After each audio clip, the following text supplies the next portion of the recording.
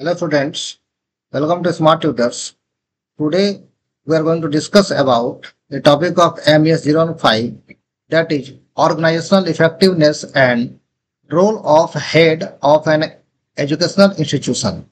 आज हम लोग बात करेंगे ऑर्गेनाइजेशनल इफेक्टिवनेस क्या है और एक एजुकेशनल इंस्टीट्यूशन के हेड का क्या भूमिका है। तो सबसे पहले समझते हैं कि ऑर्गेनाइजेशनल इफेक्टिवनेस है क्या। ऑर्गेनाइजेशनल इफेक्टिवनेस का शाब्दिक अर्थ है संगठनात्मक प्रभावशीलता, अर्थात हमारा जो संगठन है या जो एजुकेशनल इंस्टीट्यूशन है वो कितना प्रभावी है या कितना प्रभावशाली है या कितना प्रभावशील है, जो स्टूडेंट को ट्रेंड करके उसे किसी काम को करने में कुशलता प्रदान करता है ताकि स्टूडेंट अपने जीवन में सफलता प्राप्त कर सके, वह सफल हो सके और एक अच्छे नागरिक के रूप में अपनी भूमिका का निर्वहन समाज के लिए या देश के लिए करे। इसी बात को हम लोग समझेंगे।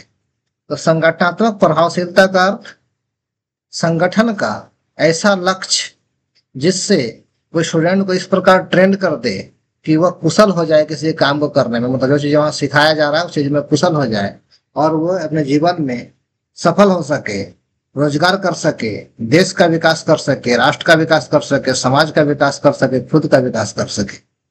इसी बात को हम लोग समझेंगे। तो संगठनात्मक प्रभावशीलता यानी ऑर्गेनाइजेशनल इफेक्टिव का जो पहला पॉइंट है, जो मुख्य बिंदु का पहला पॉइंट है, वह है गोल अचीवमेंट। संगठनात्मक की प्रभावशीलता हमें तब दिखाई देगी जब लक्ष्य की प्राप्ति होगी। लक्ष्य की प्राप्ति किसकी होगी?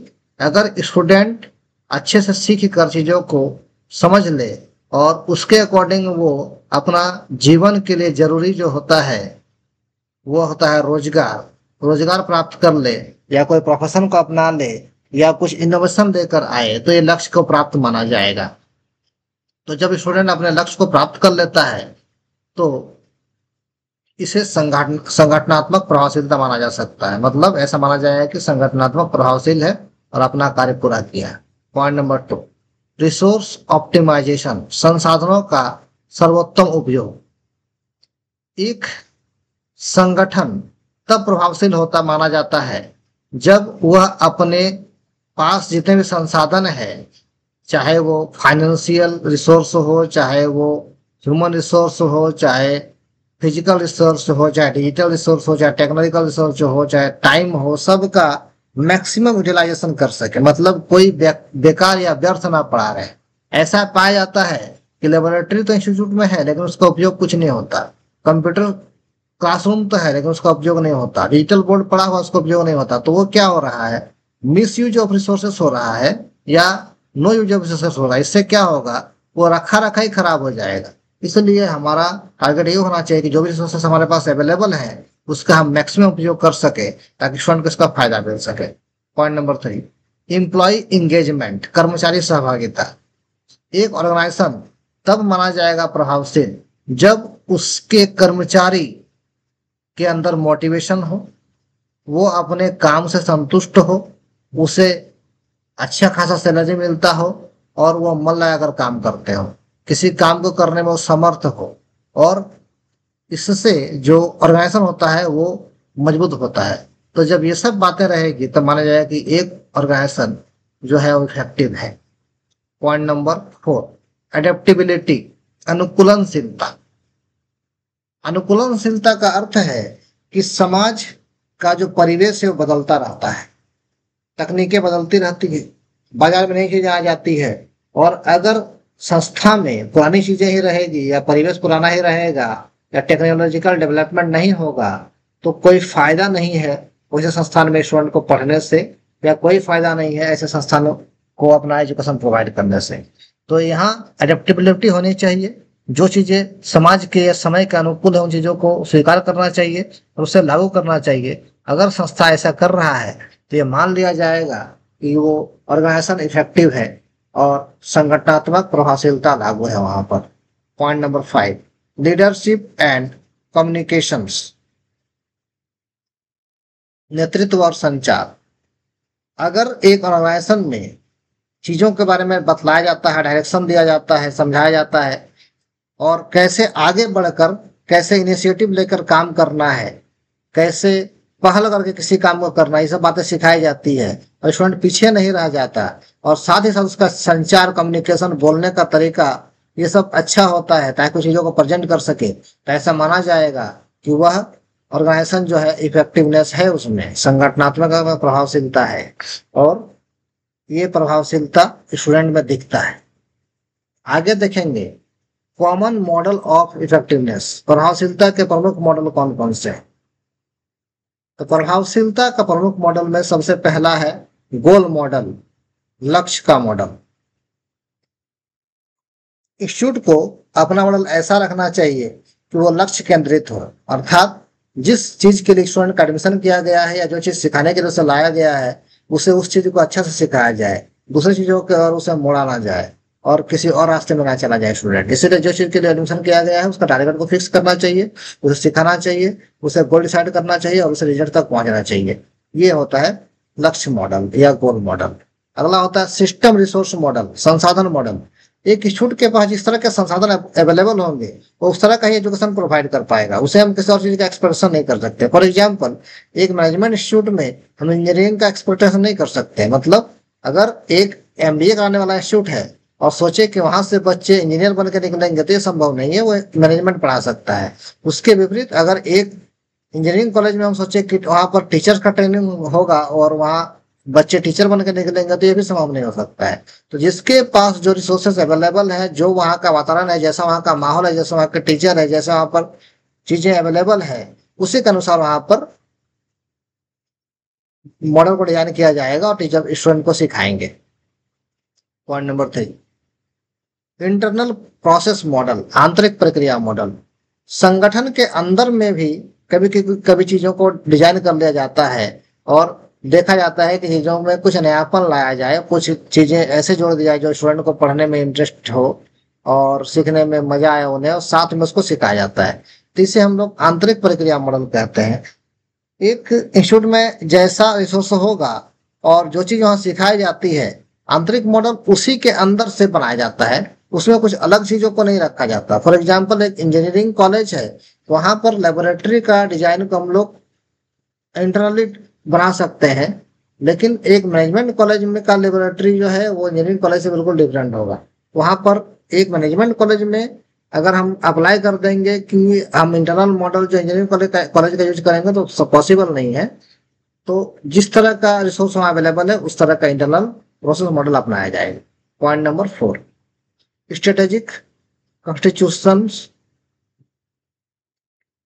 मॉडल, हितधारक मॉडल। हितधारक मॉडल का मतलब ये हुआ कि जिस तरह के वहां पर लोग हैं या जिस तरह के लोग अपनी इच्छा रखते हैं किसी काम को करने में या सीखने में, उस तरह का मॉडल डिजाइन किया जाए। फॉर एग्जाम्पल एक अगर इंस्टीट्यूट में एमबीए सिखाया जा रहा है और एमबीए में फाइनेंस के स्टूडेंट ज्यादा हैं तो वहाँ फाइनेंस का मॉडल को रखना चाहिए। किसी इंस्टीट्यूट में अगर बैंकिंग का स्टूडेंट ज्यादा है तो वहाँ बैंकिंग का मॉडल रखना चाहिए। किसी इंस्टीट्यूट में अगर मार्केटिंग का मॉडल ज्यादा है तो मार्केटिंग का मॉडल रखना चाहिए। तो ये हो गया हितधारक मॉडल। अब आगे देखेंगे role of head of an educational institution. एक शैक्षणिक संस्था के हेड का क्या रोल है। फॉर एग्जाम्पल अगर देख ले कॉलेज के बारे में बात करें तो एक कॉलेज का हेड होता है वहां का प्रिंसिपल। तो एक कॉलेज में प्रिंसिपल का क्या रोल है, या फिर एक यूनिवर्सिटी में डीन का क्या रोल है या हेड का क्या रोल है, इसी बात को हम लोग क्या चर्चा करेंगे। इसमें सबसे पहला पॉइंट होता है विजन एंड लीडरशिप।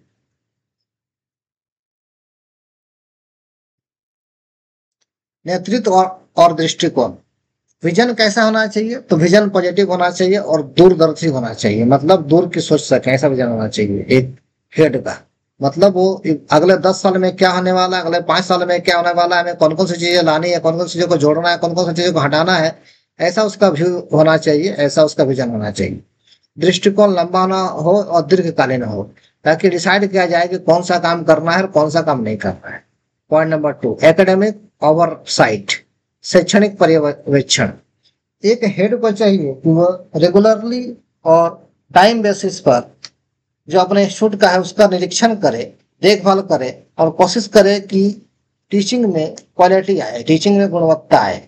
इसलिए निगरानी करना जरूरी हो जाता है। और साथ ही नई चीजों का इनोवेशन करे, उसमें नई चीजों को खोज कर उसमें डाले और स्टूडेंट के स्टडी को इफेक्टिवनेस बना दे। पॉइंट नंबर 3, एडमिनिस्ट्रेटिव मैनेजमेंट, प्रशासनिक प्रबंधन।